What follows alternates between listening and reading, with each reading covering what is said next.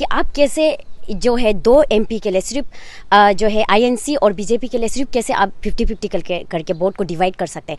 जैसे कि ये जो है आप बिम्पक से गया होगा, तेची रन्ना हो गया, आपका तोको सीटल हो गया, क्या उसको भूल गया क्या? आप सिर्फ आईएनसी और बीजेपी को वोट देने के लिए वहाँ में जो ऑफिसर था वो लोग वहाँ में था क्या? ऐसा ही सिर्फ एक पोलिंग स्टेशन में नहीं हुआ होगा, बहुत सारा पोलिंग स्टेशन में हुआ होगा, बट अनफॉर्चुनेटली हम लोग के पास उसका सबूत नहीं है। अगर वो होता तो हम लोग फिर से डिमांड करता रिपोल होने का, रिपोल करने का। जो सुनने में आया उसका पोलिंग एजेंट लोग ही, पार्टी का पोलिंग एजेंट लोग ही वोट को दे दिया। दैट मीन्स दैट पर्टिकुलर जो पोलिंग स्टेशन का जो आदमी है उस लोग को क्या करते हैं, वो डेमोक्रेटिक और इलेक्टोरल जो राइट्स है उसको भी छीना है।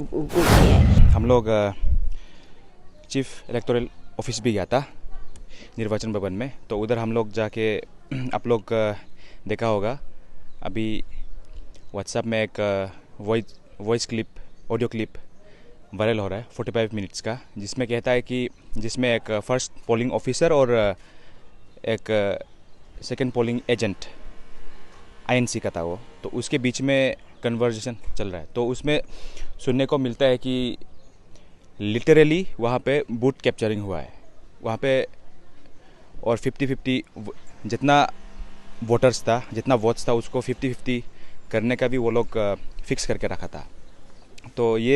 तो उसको कॉग्निजेंस में लेके हम लोग आज निर्वाचन भवन में अपना कंप्लेंट देके आया है, जिसमें हम लोग डिमांड किया है कि जो भी वहाँ पे पहले तो वहाँ पे जितना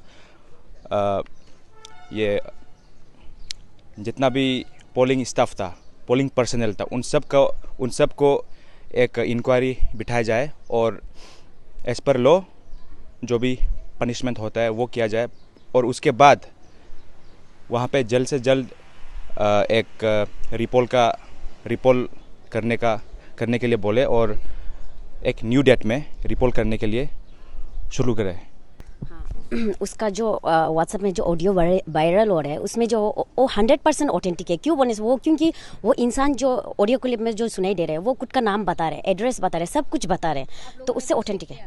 क्रॉस चेक भी किया उसमें बात, जो नाम है ना, जो खुद से नाम बता रहे हैं वो पर्टिकुलर पोलिंग स्टेशन का वही ऑफिसर है बोलकर वो खुद से भी हो चुका है ऑलरेडी, सब कुछ ऑलरेडी एविडेंस है।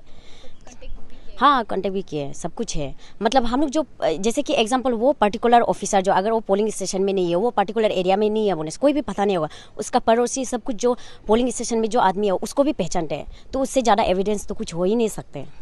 मतलब हम लोग इससे किसका राज्य कौन रूल कर रहा है उसका हम लोग नहीं है, हम लोग जस्ट राइट को देख रहे हैं कि आप कैसे जो है दो एमपी के लिए सिर्फ जो है आईएनसी और बीजेपी के लिए सिर्फ कैसे आप 50-50 करके वोट को डिवाइड कर सकते हैं। There are also many MPs, जैसे कि ये जो है आप बिम्पक से गया होगा, तेची रन्ना हो गया, आपका तोको सीटल हो गया, क्या उसको भूल गया क्या? आप सिर्फ आईएनसी और बीजेपी को वोट देने के लिए वहाँ में जो ऑफिसर था वो लोग वहाँ में था क्या? वही हम लोग जो क्वेश्चन कर रहे हैं, हम लोग जो राइट को हम लोग फाइट करने के लिए, राइट को बोलने के लिए हम लोग यहाँ आए, राइट के लिए हम लोग जो रीफॉलिंग करवाना चाह रहे हैं, क्योंकि हम लोग अरुणाचल में यही सिस्टम जो पहले से हो रहे हैं, तो ये सिस्टम जब तक बन नहीं होगा हम लोग जो है ऑथेंटिक, हम लोग जो है अच्छा लीडर नहीं चुन पाएगा। जो रूलिंग कर रहा है और जो डोमिनेंट वाला पार्टी लोग है वही ऐसे करते रहेगा तो कैसे अच्छा लीडर आ पाएगा? उसका रेस्पॉन्स ऐसे है कि जहाँ में हम लोग गया था वहाँ का जो मेन ऑफिसर वो अभी नहीं है, लेकिन हम लोग जो है उसको वहाँ का जो ये जो है अटेंडी है वो जो रिसीव कर चुका है, हम लोग ऑलरेडी रिसीव हो चुका है। जब वो ऑफिस में आएगा वो लोग पढ़ लेगा, देख लेगा, तो उसका बाद में वो लोग जो आगे का कार्रवाई हुआ वो लोग प्रोसीड कर देगा। उसमें अभी तक रीफॉल हुआ नहीं है, सिर्फ फर्स्ट फॉल हुआ है, तो रीफॉल अभी हम लोग करना चाहिए गवर्नमेंट का हिसाब, रूल का हिसाब से। तो क्यों हम लोग ये चीज़ देखा, ऑडियो क्लिप में ऑलरेडी सब कुछ फुल एविडेंस का साथ में पूरा बताया है, क्योंकि उसका एविडेंस का साथ में हम लोग ये आवाज़ को उठाने के लिए आए। जैसे कि एग्जांपल वो लोग कौन सा रूल्स को वायलेट किया, वो लोग जो है representation of people act 1951, conduct of election rule 1961, CCS rule 1946 का 64 का जो रूल्स को वो लोग ब्रेक डाउन किया है। इसका कारण से हम लोग जो उसका हिसाब से आपका जो है ये जो है आरओ और इसका जो प्रिसाइडिंग ऑफिसर जहाँ जितना भी वहाँ का है वो लोग जो है इसको रिफॉल करवा सकते हैं। इसलिए हम लोग ये मांग करने के लिए हम लोग यहाँ आज आए हैं। ताकि हम लोग क्यों रिपोल डिमांड कर रहे हैं बोल के ना, ये इसलिए कि इलेक्शन एक ऐसा चीज़ है जहाँ में फ्री, फेयर और ट्रांसपेरेंसी और अनबायस होना चाहिए, लेकिन वहाँ पे ऐसा नहीं हुआ है। वहाँ पे जो फ्री एंड फेयर का जो स्पिरिट्स था, जो ट्रांसपेरेंसी होना चाहिए था, जो अनबायस होना चाहिए था, ऐसा नहीं हुआ है। तो इसीलिए अभी क्या है कि पब्लिक का डिमांड में अभी तो भरोसा उठ गया होगा ना।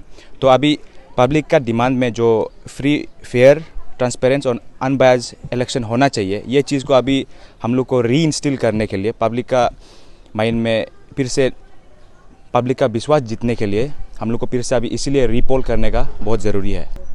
हाँ, see this all are parts and parcel of election ना।